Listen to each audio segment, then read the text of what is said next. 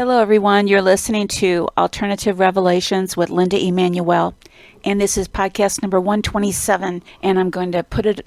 It's going to be about Bloomington, Indiana, and Bloomington, Indiana is a revenge, and I'm going to totally reveal all the truth about this revenge at the end. Creator just gave me the okay that I can come out with it. So if this resonates with you, so be it. If not, just consider it entertainment. So on with the podcast. Bloomington, Indiana. Bloomington, Indiana looks just like a nice little community where you want to raise your family. I mean, it just looks like a nice little happy town. And it's got about 85,000 people in it. It just looks like a really nice place to visit, nice people, everything.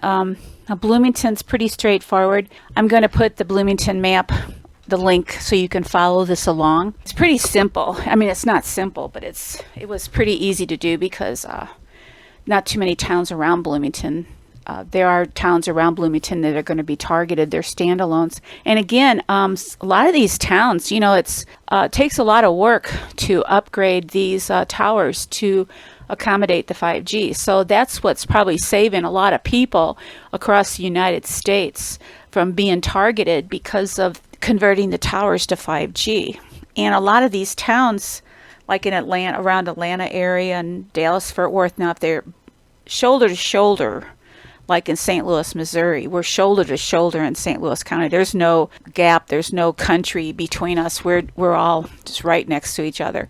Then yeah, the 5G is just going to be saturated. But sometimes in these little towns, I guess they don't feel like it's worth their time to put the 5G between towns when nobody's living there. They want to target these towns. So in Bloomington, Indiana is another area that some of these towns are standalone, and sometimes they're not. And I'm going to tell you which ones are. So if you're looking at the map, I hope you pull up the map. The northernmost boundary is a town called Dolan, and it's on a highway. It's not a very big highway. I don't know the number of it right now, but that's hot. That's hot, and it's a standalone. And then I'm gonna move clockwise, and the next town down around 1 o'clock is a town called New Unionsville, and New Unionsville is hot. And between Dolan and New Unionsville, it's actually safe. The towers between those two towns aren't going to be 5G. But then when you look at New Unionsville, and New Unionsville's like about northeast of Bloomington, I don't know how many miles, then all that area in there is hot between that town and Bloomington. And then moving down clockwise, running along Highway 46 is a town called Woodsville Hills, and Woodsville Hills is hot, and it's a standalone, meaning that the 5G isn't going to be turned on between Woodsville Hills and Bloomington, which is to the west. That's going to be a safe area. And between Unionsville and Woodsville Hills, that's also the towers aren't going to be turned on between those two towns. They might have towers, but they're not going to be 5G. And then moving on down, there's a town called Handy, and that's your southernmost boundary, and that's hot. And that's actually a standalone. And between Woodsville Hills and Handy is safe. They're standalones. So now I'm at the southernmost part of the grid on Bloomington, and right above Handy, a little bit to the west, is a town called Clear Creek, and that's hot. And the boundary of the 5G for Bloomington, that southern boundary that street is called South Fairfax, and that's the boundary for the 5G in Bloomington, because Handy is a standalone. It's not, it's standalone, meaning that around Handy it's safe. And then there's towns below Handy, Sanders, and Smithville. Those are safe. Then the next town over is Kirby, and that's hot.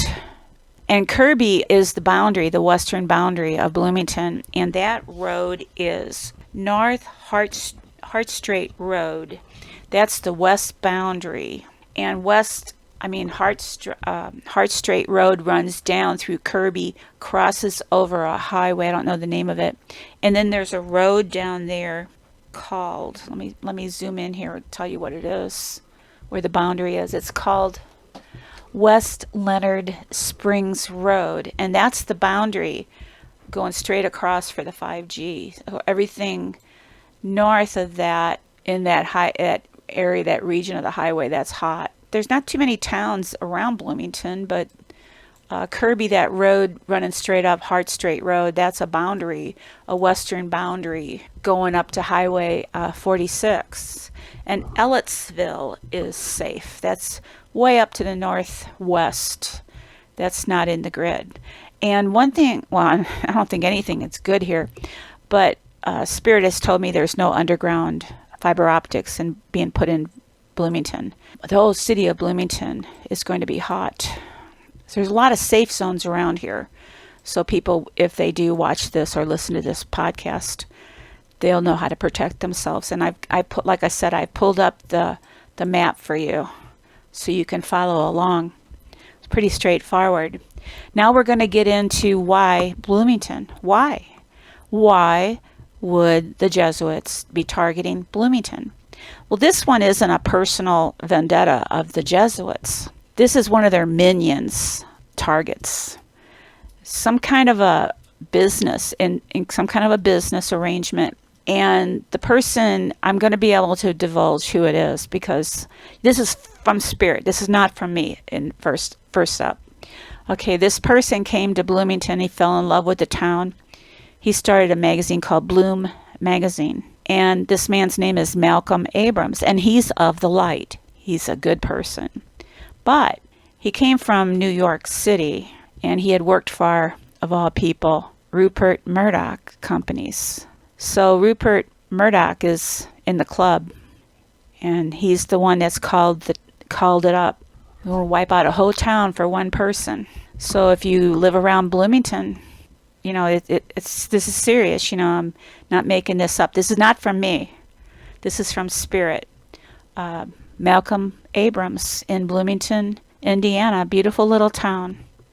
He fell in love with it. You can go to his website, his magazine website. I believe it's, I don't know if I still have it up here. Yes, I do. It's called Bloom Magazine. And let's see, here's a little bit of autobiography about him.